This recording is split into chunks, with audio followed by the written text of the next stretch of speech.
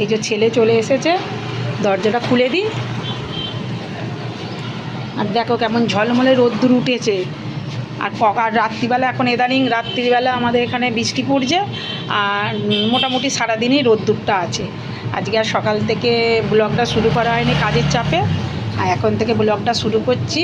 বন্ধুরা সঙ্গে থেকো সবাই। বন্ধুরা, যে কাপড়গুলো কালকে কিনেছিলাম, মানে 2 দিন আগে যে কাপড়গুলো কিনে নিয়ে এসেছিলাম পুজোর, সেইগুলোই তোমাদের দেখাচ্ছি।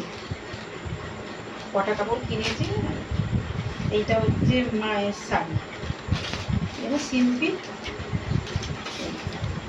এটা মায়ের, এটা নিচেটা শুধু এই জরির পাড়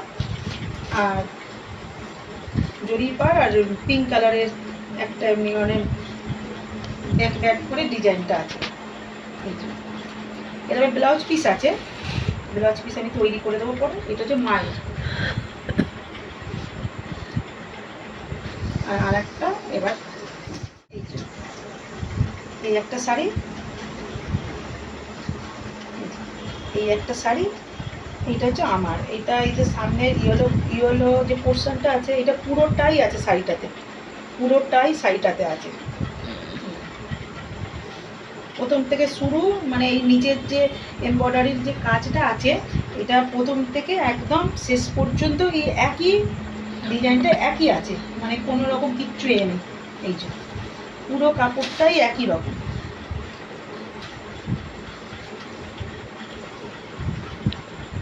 এরও ব্লাউজ পিস আছে, ব্লাউজ পিসটা পুরো সাদা হোয়াইট। আর এই যে ব্লাউজ পিসটা কোথায় ঢুকে গেল, এই যে ব্লাউজ পিস। আর এই হাতাতে শুধু বর্ডারটা আছে, এই যে নিচেতে বর্ডারটা, হাতাতে বর্ডার।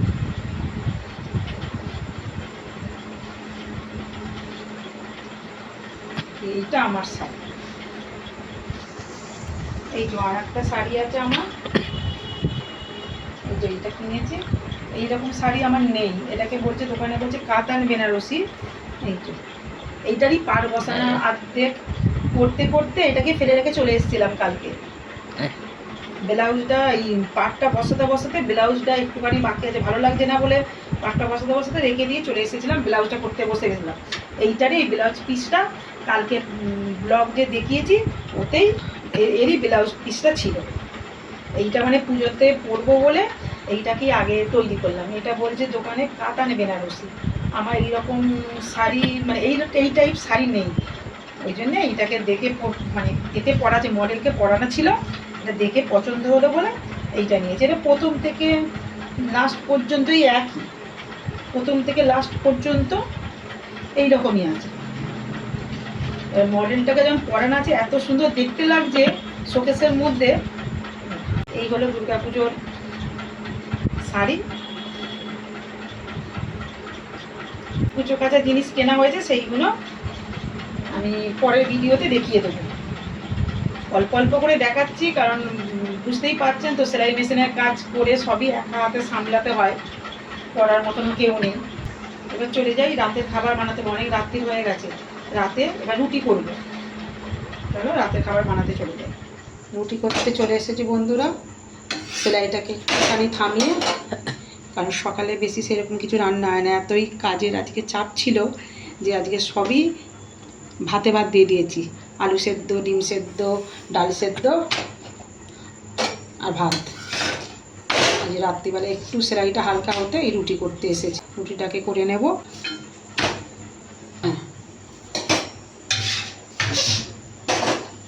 এই রুটিগুলোকে শিখে নিচ্ছি, শিখে নিয়ে এবার ডিম ভেজে নেব। ডিম ভাজা দিয়ে রুটি।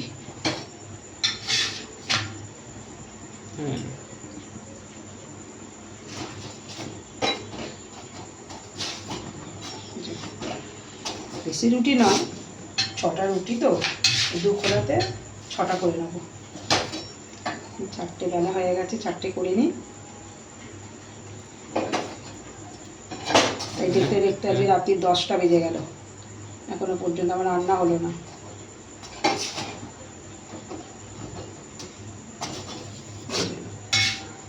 এই খোলা রুটিটা সেকা হয়ে গেল, আর বাকি রুটিগুলো করে নিয়ে তারপর ডিমটা ভাজবো।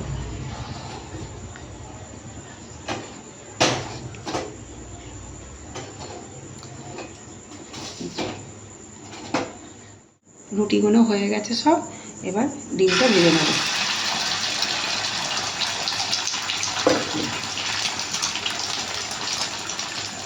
অনেক রাত্রির হয়ে গেছে একদম।